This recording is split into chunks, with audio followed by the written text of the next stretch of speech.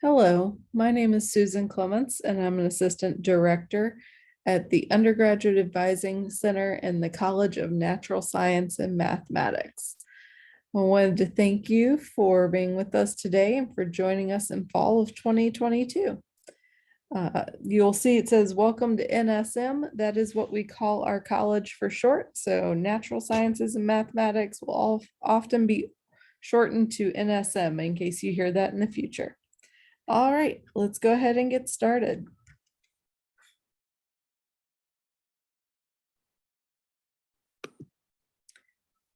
So what happens today?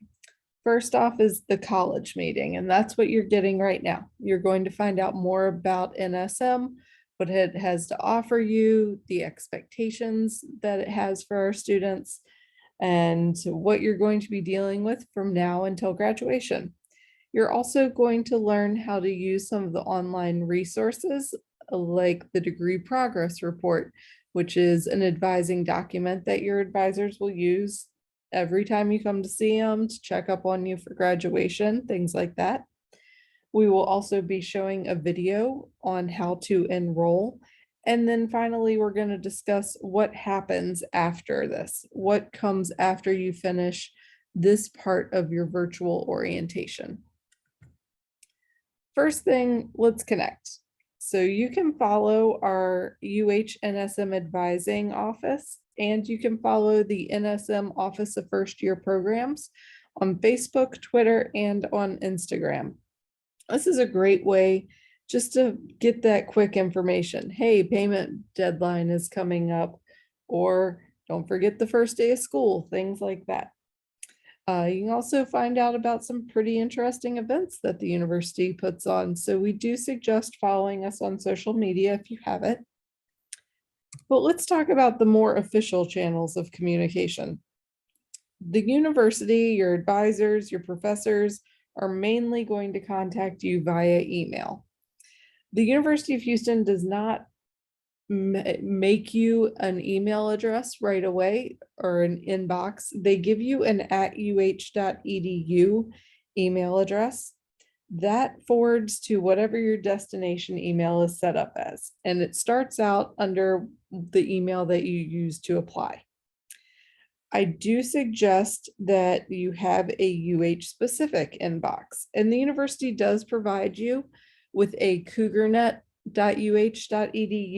inbox and email account that you can use that is accessed through Microsoft, and you could set that up as your destination email. The benefit to having an email address that is just focused for your college information is that information from me, from your professors, is not going to get lost in the spam mail that you might be getting a ton of in your other inbox. We also want to make sure that your destination email is professional. This is one of the great reasons you can use that CougarNet account. We don't want to see things that you really shouldn't be sharing with the world. We want your email to be something about your name, not about your hobbies or cartoon characters. So remember that your email address is the first thing that we see of you when you contact us. And finally, you should include your UHID number in all UH related emails. With a university this large, searching for a student just with their name is incredibly difficult. So that UHID number, you're the only one with that number. So it makes answering your questions much more straightforward. Okay, let's talk about how the University of Houston is structured. There is the University of Houston as a whole. It houses about 48,000 students made up of undergraduates and graduate students. And every student has a college they belong to. So you are now in the College of Natural Sciences and Mathematics. Within the college, you'll have different departments. NSM houses the Department of Computer Science, the Department of Earth and Atmospheric Sciences, the Department of Physics, and so on. And then the departments house the majors. So if you are in the Department of Earth and Atmospheric Sciences, you might be a geology major or an environmental science major. If you are in the Department of Biology and Biochemistry, you might be biology major or the biochemical and biophysical sciences majors, which we also call biochemistry. And then finally, every major is made up of students. You are the building block of this university. We would not be here if it weren't for students who want to come and get the education that the university has to offer. So the College of Natural Sciences and Mathematics is made up of different departments. Like I said, you have the Department of Biology and Biochemistry, Chemistry, Computer Science, Math, Physics, and the Department of Earth and Atmospheric Sciences. And you can see the 4 different majors that are housed in Earth and Atmospheric Sciences on there. But the college is not just the academic side. We also offer all these additional resources that you can see on the right side of the page. First and foremost, academic advising. I work for academic advising. You will be contacted by your academic advisor in the future, and that we should be a main point of contact for you from here on out. NSM also offers scholarships. There is an NSM career counselor. You can find research opportunities all over. So if you are interested in doing research, especially if you are interested in going to graduate school, we highly suggest looking out for research opportunities. Make sure you look into areas that you might be interested in and reach out to the professors that are doing that research to see if you could join them in their lab. There's also supplemental instruction under something called the Scholar Enrichment Program that we will talk about later. And finally, there are student organizations. If you are a student who is particularly interested in astronomy, NSM has an astronomy club. If you are pre-med, there are multiple different pre-medical student organizations, pre-dental, pre-veterinary. If you are really interested in math, there is an honors math group. If you are a computer science student, there is Cougar CS, CS Girls. So there are all these different ways of getting connected, not just to your college, but also to the students within it and the students that share your interests. And we highly suggest that you find and try out student organizations while you're here during the, hopefully 4 years or so it'll take you to graduate. Okay, let's get into the actual degree requirements.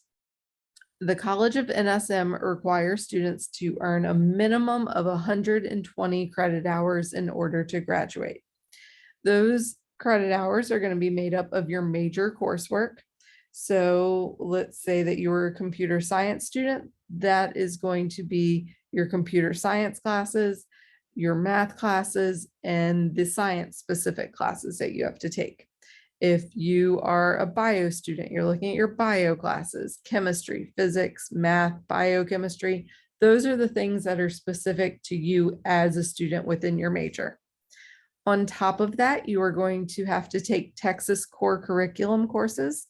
These are the courses that the state of Texas says every student must take in order to graduate as a well-rounded citizen. So these are going to be things like your English 1 and 2, your American history. You'll end up taking a class in creative arts, a class in language, philosophy, and culture. These are the things that really do benefit you and are outside of just the focus of your degree. And finally, you will have to have an NSM capstone. You can see the options listed below. They are going to be a minor, a double major, or a dual degree, a senior research project, or a senior honors thesis. So that would be 2 semesters of research and an expectation of either a 30 to 50 page thesis, or maybe with the senior research project, you might have to do a poster presentation, something like that. There are major specific capstones for computer science, geology, and geophysics students. And then finally, there's the Teach Houston program, which we will talk about a little bit later, but that allows students to earn their teaching certificate for grades 7 through 12 while also earning a full bachelor's degree. So all of these things are going to be added together to make your degree at the University of Houston. And within this, you are going to have to take at least 36 credit hours of advanced level coursework. The University of Houston uses the 1,000, 2,000, 3,000, 4,000 course codes, and the 3,000 and 4,000 level courses are advanced. So you will make sure that you get 36 advanced hours between your major coursework, your capstone, and any additional things that you may need to do. The college and the university itself have specific rules for our students. The first one is the major prerequisite rule. This says that no course in your major with a grade below C- can be used as a prerequisite for another course. So as an example, if you are a biology student, you cannot take genetics unless you have a C- or higher in the lower level biology classes. If you make a D, you would have to retake the class you made a D in because you have to get a C- or higher in order to move forward. The college has determined that a C- means you have learned enough to build on going forward. The next rule is kind of confusing, but it is also called the C- rule. You can earn 6 credit hours of grades below a C-, so grades in the D range or the F range, and still graduate. These are credits in your major. So if you're a computer science student, we are looking at your COSC classes. These courses can be used towards your degree with a D if you do not have to build on it. So it is not a prerequisite for another course. Hopefully none of you will end up in this situation, but if you do earn a D in a course in your major, make sure that you reach out to your advisor and we can let you know the implications of that. The next rule is a statewide rule. It says that you can withdraw from 6 classes during your time at Texas public institutions. Just like your transfer credits transfer over, W's transfer too. So if you were going to one of our local community colleges and you withdrew from a course there, that W followed you to UH. And so now you have used one of those 6 withdrawals that you have. The next rule is the Calculus 1 rule. And it states that NSM students who do not come in with Calculus 1 already done must complete it within first 30 credit hours. So that's about the first year. This is specific to students coming from high school who maybe didn't do dual credit or AP. So you'll want to make sure that you are starting in a math that you are comfortable in and making good progress. If you are repeating Calculus 1, 2 times, then you are at risk of being removed from the university or not the university, excuse me, being removed from the college and having to find another major at UH. The final thing that I want to talk about on this is the prerequisite and co-requisite requirements for a course. So prerequisite, it means a course that you have to complete before moving on. So if you are looking at Calculus 1, this example, you have to have completed pre-calculus or the placement test or have AP credit to take Calculus 1. If you are a computer science student, you have to have completed Computer Science 1437 to take 2436 data structures. There are also co-requisites. These are courses that can be taken together, or the co-requisite can be taken first. For example, the Computer Science 2436 also has a co-requisite of Calculus 2. So you can take Calculus 2 at the same time as data structures, or you can complete Calculus 2 before you get to data structures.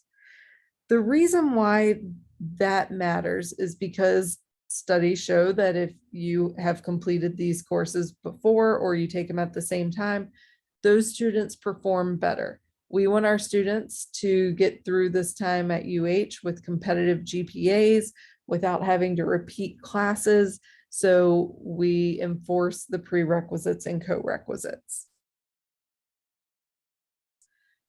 So let's talk about your GPA. The University of Houston uses a plus and minus system, and you can see how the breakdown looks in the box on the left. Currently, you do not have a GPA at UH. While your credits transferred over, none of those grades affect your GPA. We are only looking at how you do at UH from here on out. You will have at least 2 and possibly 3 GPAs when you graduate. The first one will be your cumulative GPA, which is going to be calculated using all of your UH coursework. The second will be your major GPA. So that is going to be the major specific classes taken here. So if you are a chemistry student at UH, we're going to look at all of the courses that said CHEM and that were taken here. The example is biology courses, all those courses that start with BIOL. And the graduation requirements are a 2.0 cumulative GPA, a 2.0 major GPA. And if you have a minor, you must earn a 2.0 in that too. All right, let's talk about the actual structure of being a student and what the demands on your time look like. Not only do you have school, you have to study, you have to possibly commute. We want you to be tied in on campus. Maybe you will have a mentor, maybe you'll join an organization, but you also have all of the other things outside of your student life to take care of. Maybe you work, have family obligations. Perhaps you have a significant other or friends that you want to spend time with. We want to make sure that you balance the university demands with your family and your other demands on your life. To do this, it might mean taking fewer credits if you're working more, or cutting back on work or those family demands if you're taking a heavier course load. For students coming in with no credits done, those students average about 15 credit hours per semester in order to graduate in 4 years.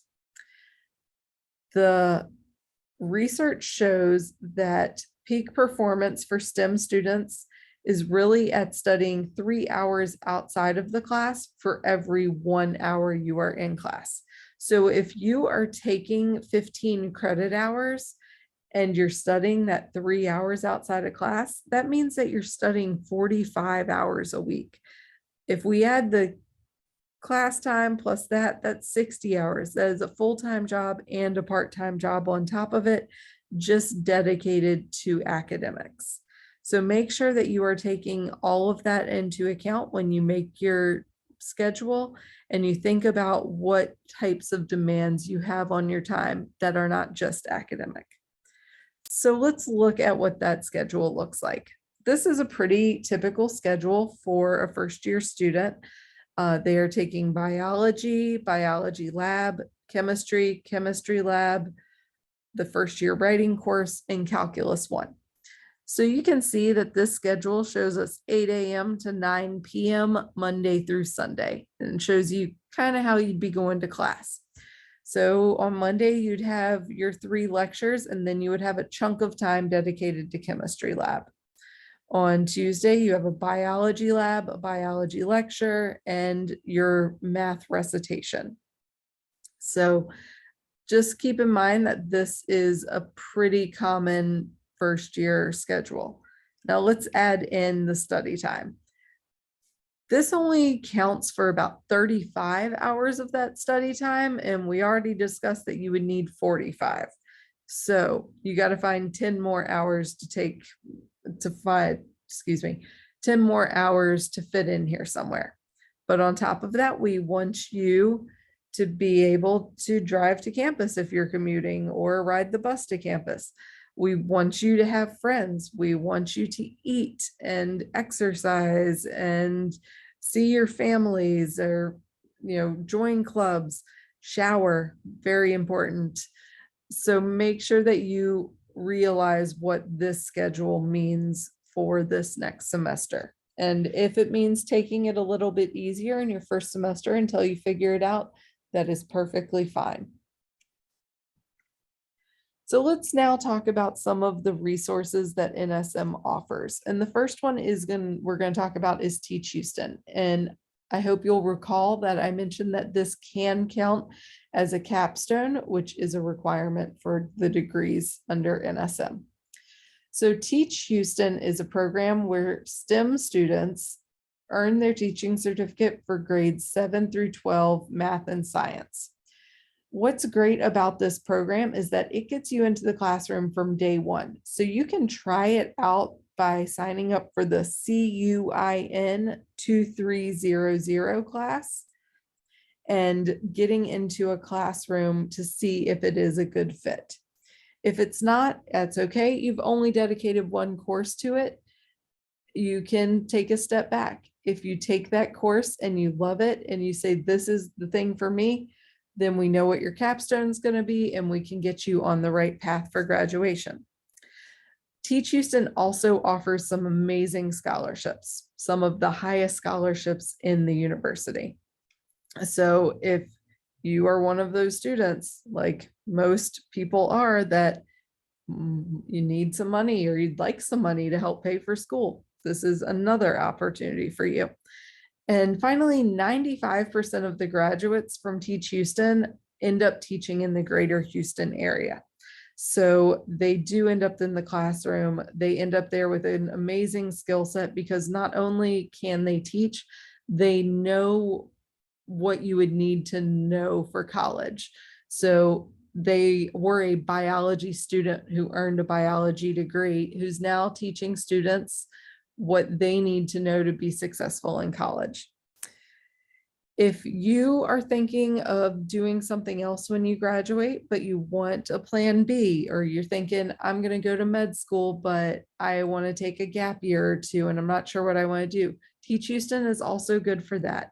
They're going to send or develop a skill set in their students where you would be able to explain complex ideas to people that don't have a basis for that, which would be very beneficial if you're looking at med school or graduate school, where you would end up teaching and doing research. Excuse me. Another thing that the University of Houston and NSM in particular offers is the Scholar Enrichment Program. The Scholar Enrichment Program has been on campus for 30 years this year, and they have a lot of history to show how successful this is. SEP offers workshops for what we call our gateway STEM courses. So the intro chemistries and the organic chemistries, calculus 1, 2, I believe they also offer calculus 3, pre-calculus, and engineering math, university physics and college physics, and the data structures class for computer science. These workshops are a 1 credit hour class that are taught by a student who earned an A in that class in a previous semester. What's great about these classes is that they are small and they are taught by a student who was successful, who can help you build the skill set to become successful too. If you know, a pretty typical college class for these lower level classes can range anywhere from 250 to 450 students. If you take this course and you have a question about the chemistry class you just took, you can go to this workshop and say, I really didn't understand the concept that the professor was talking about. Can you help me break it down? And you will work with the other students in your class and the student leader for your course to work through problems, to do practice quizzes and tests. The students that do participate in the SEP program on average earn a full letter grade higher in the lecture that they're taking the SEP for. So if you know you're a student who struggles with chemistry, I highly suggest looking into this. Same for, if you know that math isn't your strong point, but you got to take it, you could sign up for an SEP program. We will be sending you an email that has the link to the SEP page, so that way you can sign up for this. I do also want to mention that this course is really only a GPA stabilizer or booster. So the lowest grade you can earn in the SEP workshop is whatever you learn in the lecture. And the highest grade you can earn is a letter grade higher than you can earn in the lecture. So let's say that you go to this workshop, you're in Calculus 1 and you participate in the workshop and you end up making a B in the Calculus 1 lecture, which is great because maybe you were a C student to start with. But because you participated in the SEP program, you could get an A in this one extra credit hour, which would boost your GPA. So do keep this in mind. And if you have a question about it, reach out to your assigned summer advisor, and we'll talk a little bit more about that later. If you are looking into pre-health, please scan these QR codes. We have a pre-health advising office on campus. They will cover all of these different pre-health areas. While I would suggest not going to pre-health advising until really you get through like your organic chemistry classes, you can join the listserv, you can look at the guides, but you want to make sure that you get far enough in your degree to have made more decisions. So that way, when you go to the pre-health advisor, you can have a really fruitful conversation. The Office of First Year Programs, we mentioned earlier when we talked about the different social media accounts you can follow. Office of First Year Programs houses our student leadership at NSM, which covers recruiting students. So some of our student leaders go out to high schools, college fairs, community colleges, and talk to students about what UH-NSM has to offer. They do student events like the block party, which will be the Sunday before Sunday before classes starts. They will have games and t-shirts and some food, things like that. So please come out and join us for block party. They also do speaker series. They organize study nights. So Office of First Year Programs really help students get connected. And one of the really important things they do is offer peer mentors. So for first year students, you're coming to campus and maybe you just don't know how or what to do when you get here. Having a peer mentor is great because it's going to be a student who's, maybe a sophomore.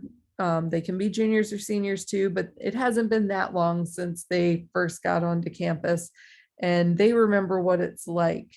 So these are students that are also NSM students that can help you connect to campus, help you find resources. They organize study nights themselves, especially for chemistry and calculus classes. But if you are an incoming student, especially coming directly from a high school, I really suggest you participate in our peer mentorship program because it can make a big difference. You will be receiving emails from the Office of First Year Programs about how to sign up for that. Okay, let's talk about some of the important dates for this fall. First and most important, the first day of class is August 22nd. Please show up for the first day of class. I've had many students come in on the Wednesday, a couple days into the semester and say, I didn't know when classes started. Now you do, please go. The last day to add a class to your schedule is going to be August 29th, so 1 week into the semester. The last day to drop a course without getting a grade or a W is ORD, Official Reporting Day. That happens on September 7th this year. So you can add a class for the first week. You can drop a class that's one of the regular session classes through September 7th without any repercussions. From September 8th to November 16th, you are able to withdraw from a course. And remember that withdrawing will give you a W, and you only get to do that 6 times. You can find these dates very easily by searching UH academic calendar, just Googling it. You should also know, when are the payment deadlines? What are the refunds? What do they look like if I drop my class at this time versus next week? So if you need to get that information, you can always just use a Google search for UH payment deadline or UH refund. Okay, so let's talk about a couple of tips. As we've mentioned before, UH has some pretty high expectations. The transition from high school, community college, even some other four-year institutions to UH can be difficult. Professors have a very high expectation that you will do all of their work on time. Oftentimes, professors are not flexible on deadlines or due dates. And oftentimes professors teach their class like it's the only class you have, even though you might have 4 more. So remember that 3 hours outside of class for every hour in class rule. Also, as this is your first year here, finding that balance between school, work, and your social or your home life can be very difficult. You don't know what you don't know yet. You don't know what you're getting into. And so you'll want to ease into this. And like I said before, you need to study and you need to shower. And then the next tip is to always have a backup plan. We say don't buy your scrubs just yet. You know, you might come in as pre-med, you might leave here with a degree in business. You might come in certain that you're going to be a video game developer, but realize that you have a true interest in artificial intelligence. So you might come in just as a STEM student and find that you would rather do an art degree. All of those are perfectly legitimate. The average American student changes their major 4 times during their time at a university. So don't be afraid to explore, and don't be afraid that having a backup plan means you're going to use it. But I would rather you have it and end up not using it than find out that this major is not for you and then have to scrounge around to figure out what you're going to do. Another tip is to find your place. Find your friends on campus, find your groups, find your study spots, find the best coffee, the place where you like to eat lunch. Just make sure that you find your place on campus where you feel comfortable. And finally, don't forget your advisor. We should be your first point of contact whenever you run into issues. If you have questions about class or even something that's not related to it, come to us. If we can't answer the question, we will try to get you in touch with someone who can. We know all of the different people and different offices on campus, so we can help guide you and direct you in the right direction if your advisor is not able to answer that question directly. All right, let's talk about some online tools for you. The first one we're going to talk about is your degree progress report. When you log into your Access UH and you click My UH and you open your Student Center, you will see a page like this. Every time you pull up this page, make sure your eyes scan, check to see if there are any holds. If it says FERPA release on file, it's not actually going to stop you from enrolling. But if it says bacterial meningitis or need official transcript, things like that, those can be true holds that are going to stop you from registering for the next semester. You'll also see a box that says enrollment date and time. Right now you have open enrollment, but in October you will be assigned a date and a time for you to enroll for the upcoming semester. So make sure that you know what that date and time is. You might click details and it'll say November 4th at 9:30 a.m. That means that even though you have your schedule built and in your shopping cart before, you can't actually enroll in those classes until that time shows up. Now on this left-hand side, you will see a drop-down menu, and this is an advisor view, so our menu is much shorter than yours. But if you want to find your transfer credit report, you can find it in there. That'll show you what classes did you take at your previous institution and what did they transfer to the University of Houston as. But what we're going to talk about today is the degree progress report, or DPR. So if you opened up academic requirements, it would open up a browser page that is a closeout menu. So if I'm not going to show you exactly what that looks like today, I'm going to show you the PDF. It would say view as PDF at the top, and it would open up a document that looks quite a bit like this. First thing you'll see is your undergraduate career in the semester you started. So yours would say fall 22. NSM career in the semester you started, your actual major in the semester you started. So everything right now should say fall 22. However, if at some point in your future you change your major, those requirement terms will change on there. So we'll run through this quickly because this is typically a 12 to 14 page document. But one of the first things you will see is the undergraduate GPA calculation. Right now you have no GPA, so it would say 0, but after grades post in December, you will be able to see your updated GPA. And then remember that we said that you had to take 36 upper level credit hours. You can see where you stand with that underneath the GPA. So this student, it says they need 36.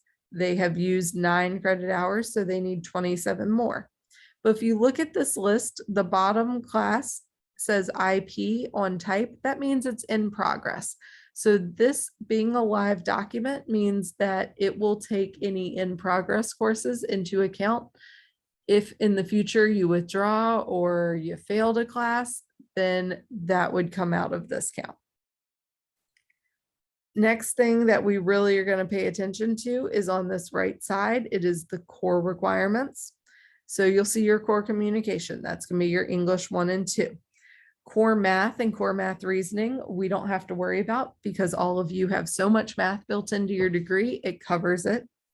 Then you get to your core American history, then your governments, and then what I call the choose your own adventure core. So for things like language, philosophy, culture, creative arts, social behavioral sciences, and for some majors, writing in the disciplines, you will have lists of courses that you can choose from that would satisfy those requirements. Core life and physical sciences is covered by your NSM specific requirements. So we don't look at the core list for those either. All right, let's go down a little further. This is a biology student. So the next thing you'll see is the NSM requirement for a capstone. If you were a computer science student, you would see your natural science requirement fall in there also. Biology majors, first thing, every major in NSM, the first thing you see is your actual major GPA. So this student has completed 1 biology course and got an A, so they have a 4.0. But if we look over, you'll see that they have these lower level courses done, but the type is TR, which means they transferred them in. And so you'll see all of your major coursework starting at the low level, the 1000 level, and working its way up in this section. But not only are you going to see as a bio student just your biology classes, you're going to see the requirements for your chemistry classes, your physics courses, your biochemistry requirement, and your math requirement. So all of these NSM specific courses are going to build that major coursework. As we get a little further in, you will see 120 credit hour. And so remember that you have to have 120 credits in order to graduate. This keeps track of that. And if you see an advisor regularly, we might find some issues like what's on the next page, and we're able to correct that early. So on the very last page, you'll see count of LL. That means lower level transfer credits. The University of Houston only accepts 66 lower level transfer credits. You can bring in as many as you'd like, and an advisor will go through and pick out the 66 that best fit your degree. This student has brought in 80 lower level transfer credits. That means that we would have to find at least 14 credits to remove that hopefully are not counting specifically towards their degree. So once you are done transferring in all of your outside coursework, you'll want to let an advisor know, and they can start the process of choosing the best credits to keep for you. All right. I will now show you a video that shows you how to enroll. You'll also get the link to this video in an email from your advisor. This video is to show you how to register for classes at the University of Houston. Your first step is to log on to your Access UH account. Once you've done that, you're going to see a box that says University Services. Find the tile that's bright yellow and says My UH. Go ahead and click on that tile, and it will bring you to your home page. You're going to find the tile that says Student Center. It's this one with the calendar and the graduates standing on the right. Click on that, and it will bring you to your Student Center homepage. This page is going to be really important for you as you move through as a student at the University of Houston. You're going to see this academics area with your schedule for your classes for each term. Yours right now will be empty because you're not quite registered for classes yet. Right underneath the academics area, you're going to see some finances. So if you have a balance, make sure that gets paid. Over on the right column, you're going to see some areas for holds. You might see a meningitis hold or a variety of other holds. Make sure you pay very close attention to those. Underneath to-do list, you might see this FERPA option.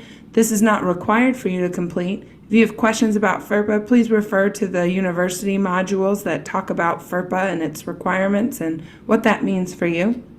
Underneath that, you're going to see an enrollment dates. This tells you when you can register for classes for future terms at the University of Houston.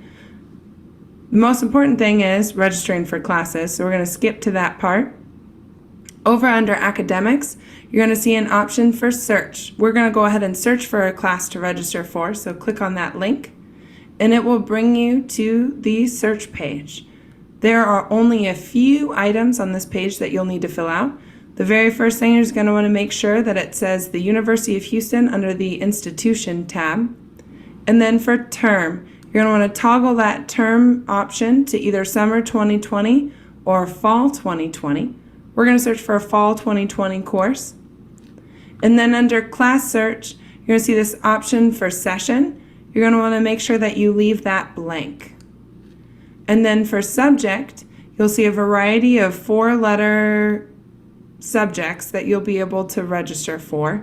We're going to start today with math, and we're going to register for Calculus 1. Every NSM student is required to take Calculus 1 as part of their degree plan, so it seems fitting that we register for that. Underneath course number, you're going to see that you can toggle this to greater than or equal to. So later on in your career, if you're looking for a course that's maybe 3,000 level or higher, you can select greater than or equal to and then type 3,000 in the box to the right. We know exactly what class we're searching for, so we can select is exactly. And in the box over to the right, we're going to write in the numbers 1431. That's for Calculus 1. We will leave course career empty. And then this is really important. This box right here that says show open classes only, you can unselect it or you can select it. If you select it, then it will only show you classes that you're able to register for. I recommend the first search you do, you keep that checked. Below, you're going to see additional search criteria that allows you to pick certain locations, dates, and times for your classes. Do not fill any of this area in because it will change your search results, which is often easier to do once you've searched, and you can eliminate dates and times based on your preference once you see all that's available. So don't fill any of that out. Once you have the institution, the term, subject, and course number listed, you go ahead and click search at the bottom of the page. This will return all of the options you have for classes to register for. You can see there are a lot of options for Calculus 1 because, as I mentioned before, it's a required course for many majors. You'll also notice this class number. You can search for specific classes based on their class number. Oftentimes, this isn't exactly useful, so you don't really need to be concerned about this. What you do need to be concerned about is section. Calculus 1 comes with a lecture and a lab component. You'll notice that this section here says LEC, that's lecture, and the one right below it says lab. So we want to focus in on the lecture first, and then we can pick our labs secondary. So if we select this lecture, that's Monday, Wednesday, Friday from 10 a.m. to 11 a.m. That means that you're in the classroom every Monday, Wednesday, and Friday. Don't make the mistake I did when I was an undergrad and went to class only on Mondays. That's not what that means. You've got to go every Monday, Wednesday, and Friday. Your room assignment, there's a room code option that you can look for on the University of Houston website. Because I have that memorized, I know that this is Agnes Arnold Hall, and that's in the Auditorium 1. Here's my instructor, and then the meeting dates. So some classes can be meeting for half the semester. You want to make sure that you register for a course that is the full semester, the full term. So that's August 24th through December 16th. Location, University of Houston. Instruction mode, face-to-face. You will see these options be TBD for location if that's an online course, and instruction mode would be online. Status. If you see a green circle, that means that that course is open. The key at the very top of the page, you can see the green circle means open, blue square means closed, and a triangle means wait list. So we want to go ahead and focus our attention to the open classes. And then we can go ahead and click select once we know we have a lecture that works for our schedule on the right-hand side of the page. When we click select, it will bring you to the next screen to select the lab. If there's a lab that's tied to the lecture, this will automatically populate. Your labs can be before or after your lecture. It doesn't matter, whatever works for you. Many students have preferences of it before or after. There's no right or wrong answer there. So you can see I've got lab options for Monday, Wednesday, Friday at 9 a.m. to 10 a.m., 8 a.m. to 9, and then the rest are 8 to 9 or 9 to 10. So I can select any of these options here. Here's the room meeting information and the status open. So I know that my previous one was in Agnes Arnold. I know that AH is pretty close to that. So I'm going to go ahead and select this 9 to 10. So the hour before my lecture, I'm going to have my Calculus 1 lab. I'll click next, and it will bring me to this page here. And the most important thing on this page is, number one, to make sure that the class is open, but also to look at the enrollment information, specifically prerequisites. This class requires, in order for me to register, that I either have credit for pre-calculus, which is Math 1330, or a satisfactory score on my math placement exam. All of you should have taken your math placement exam. If you score an 80 or higher on that test, you'll be able to register for Calculus 1. This also tells me that it meets my core mathematics requirement and also a core math reasoning requirement. NSM majors don't need to worry about this because, like I mentioned before, Calculus 1 is required. I can confirm my meeting dates for my lecture Monday, Wednesday, Friday from 10 to 11 and my lab from 9 to 10 below. Once I know that this is the class that I would like to take, I will go ahead and click Next. When I click Next, it automatically adds to my shopping cart. In order to access your shopping cart, you'll see right above, kind of on the right-hand side of the top of the page, you're going to see your shopping cart option. You can click Show All, and it will show you your shopping cart. But if you select this link right here, it will bring you to your shopping cart. And you have the option to either select and enroll.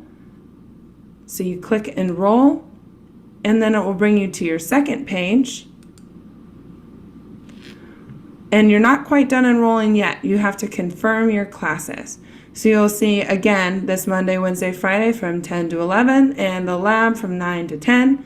Once you know that you're satisfied with doing that, you'll click Finish Enrolling.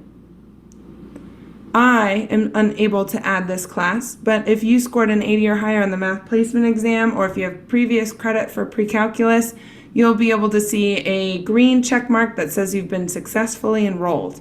If there is an error, please make sure that you record what error that was. If you have questions, you can email your advisor. At this point, you can go back and add another course, and it will bring you back to your shopping cart page where you can select Search at the top left, and search for another class all over again. Again, if you have questions about searching for classes or about what classes are correct for you, please refer to your checklist or email your advisor for additional information. Okay, I wanted to provide two things that I would suggest at this point in the summer. Instead of leaving the show open classes only box checked, go ahead and uncheck that. Many courses are on a wait list, so you will want to add yourself to a wait list for a course. If you are adding yourself to a wait list, only do it for one section of a course. And when you are adding that waitlisted course to your shopping cart, there is another box that says waitlist if full. You'll need to make sure that course is checked before adding it to your shopping cart. But I will tell you that many courses are on a wait list, and being on that wait list is the only chance that you have of getting in at this point. Okay. This video is to show you how to register for. All right. In the next couple of days, you will receive a checklist and some information from your assigned advisor. You will get a checklist. This is an example of a biology major checklist, but you will get a checklist filled out for you based on what we know. So if you have not yet sent an updated transcript with your spring, or if you took summer classes and you have final grades with your final grades from summer, we will only have filled it out with the grades that we know you have earned. So you will see a check or an X next to courses that you have credit for. You will see highlights next to the courses or over the courses that you meet the requirements to take based on what we know you have. And then there will be a second page in this PDF that will have a suggested schedule of about 14 to 16 credit hours. If we can get you to that point. And it'll list any outstanding issues, like if you have holds, if you need to take the math placement test, and it will have the contact information for your summer advisor. That's going to be the advisor you work with through the beginning of this year. After we get through this orientation cycle and get you into your semester, you are welcome to meet with any advisor you want from your advising group. But we just want to make sure that you have one person you know that you can contact and ask questions of. You're also going to receive an invitation to an optional group advising session. If you still have questions, that'll be on the Thursday before school starts. Our advisors have specialty areas. For example, I advise computer science, math, and mathematical biology students. I work with two other advisors that also specialize in that area. So we will be holding a group advising session for those majors on the 18th of August. But keep an eye out for an email from your summer advisor. It should take about 2 business days being Monday through Friday, to get to you. So if you are taking this orientation on a Thursday, you should get your checklist by the end of the day on Monday. So keep an eye out for that, and you'll be able to go ahead and start registering for classes once you receive your checklist. Okay, the last thing that I want to let you know is that we are very excited to have you with us. We are very excited to get to know you and work with you from here until graduation, and we can't wait to meet you. And I hope you have a good the rest of your summer. Thank you all.